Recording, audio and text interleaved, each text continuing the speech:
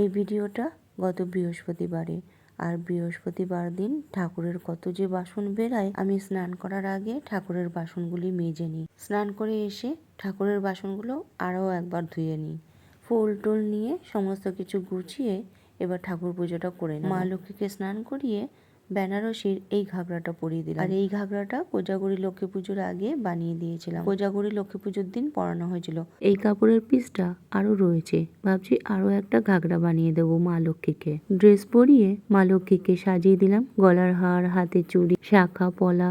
দেখো আমার মা লক্ষ্মীর একটা হাত ঠিক আছে, আর একটা হাত এরকম নিচু বলে শাখা পলাটা না বারবার খুলে খুলে নিচে পড়ে যায়। তাই আমি কি করি, রূপোর এই সিঁদুরদানিটা আছে, এইটা আটকে রেখে দিই হাতের নিচে, তাহলে শাখা পলাটা নিচে পড়ে যায় না। এই তো সিঁদুর পরিয়ে এখন মা লক্ষ্মীকে আসনে বসিয়ে দেবো। আজকে ভেবেছিলাম ড্রেসের সাথে ম্যাচিং করে গলার হার পরাবো, কিন্তু যখন সবুজ গলার হার পরালাম মা লক্ষ্মীকে, একদম ড্রেসের সাথে না মিশে যাচ্ছে, হারটা বোঝাই যাচ্ছে না, তাই সাদা হারটা পরিয়ে দিলাম আর একটা ফুলের মালা পরিয়ে দিলাম মা লক্ষ্মীকে। দেখো আমার মা লক্ষ্মীকে কি অপূর্ব সুন্দর লাগছে দেখতে। এখন ঘরটা সাজিয়ে নেব। এই যে আমি পেতলের কলাটা দিই, তো এইটা আমি পোকা ওড়ে বলে তাই পেতলের কলাটা দিই, কিন্তু পেতলের কলা দেওয়ার কোনো নিয়ম নেই, পোকা ওড়ে বলে তাই আমি দিই। ভাবছি এবার থেকে সুপুরি দেব। আর লক্ষ্মীর পাঁচালিতে কলা দেওয়ার নিয়মটা কিন্তু লেখা নেই, তাতে লেখা আছে জলপূর্ণ ঘটে দিবে সিঁদুরের ফোঁটা, আম্রের পল্লব দিবে শিরে এক গোটা। কলার কথা তো লেখা নেই। আজকে ভোগে নলেন গুড়ের রসগোল্লা দেব আর শশা।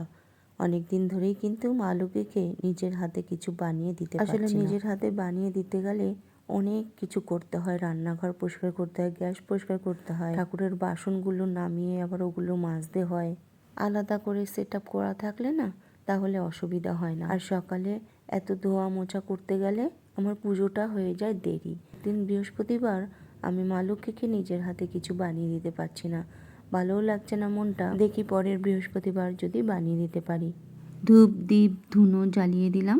আর এই ধুনোর গন্ধ যে কি যে ভালো লাগে। শীতকাল বলে ছোবড়া দিয়ে ধুনো আমি দিনের বেলায় জ্বালাই, আর গরমকাল হলে সন্ধ্যাবেলায় জ্বালাই, কারণ শীতকালে দরজা জানলা সব কিছু সন্ধ্যাবেলায় বন্ধ থাকে।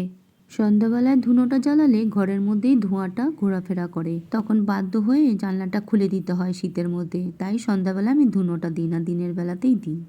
এই তো সমস্ত কিছু গুছিয়ে নিয়ে ঘর সাজিয়ে গুছিয়ে ঘট পেতে দিলাম, ঘটের ওপর একটু ফুল দিয়ে সাজিয়ে দিলাম। বৃহস্পতিবারে পুজো করতে অনেকটাই দেরি হয়ে যায়, আর সেটা শুধু আমার ঘরে না, প্রত্যেকটা বাঙালি ঘরেই কিন্তু বৃহস্পতিবারে পুজো দিতে দেরি হয়।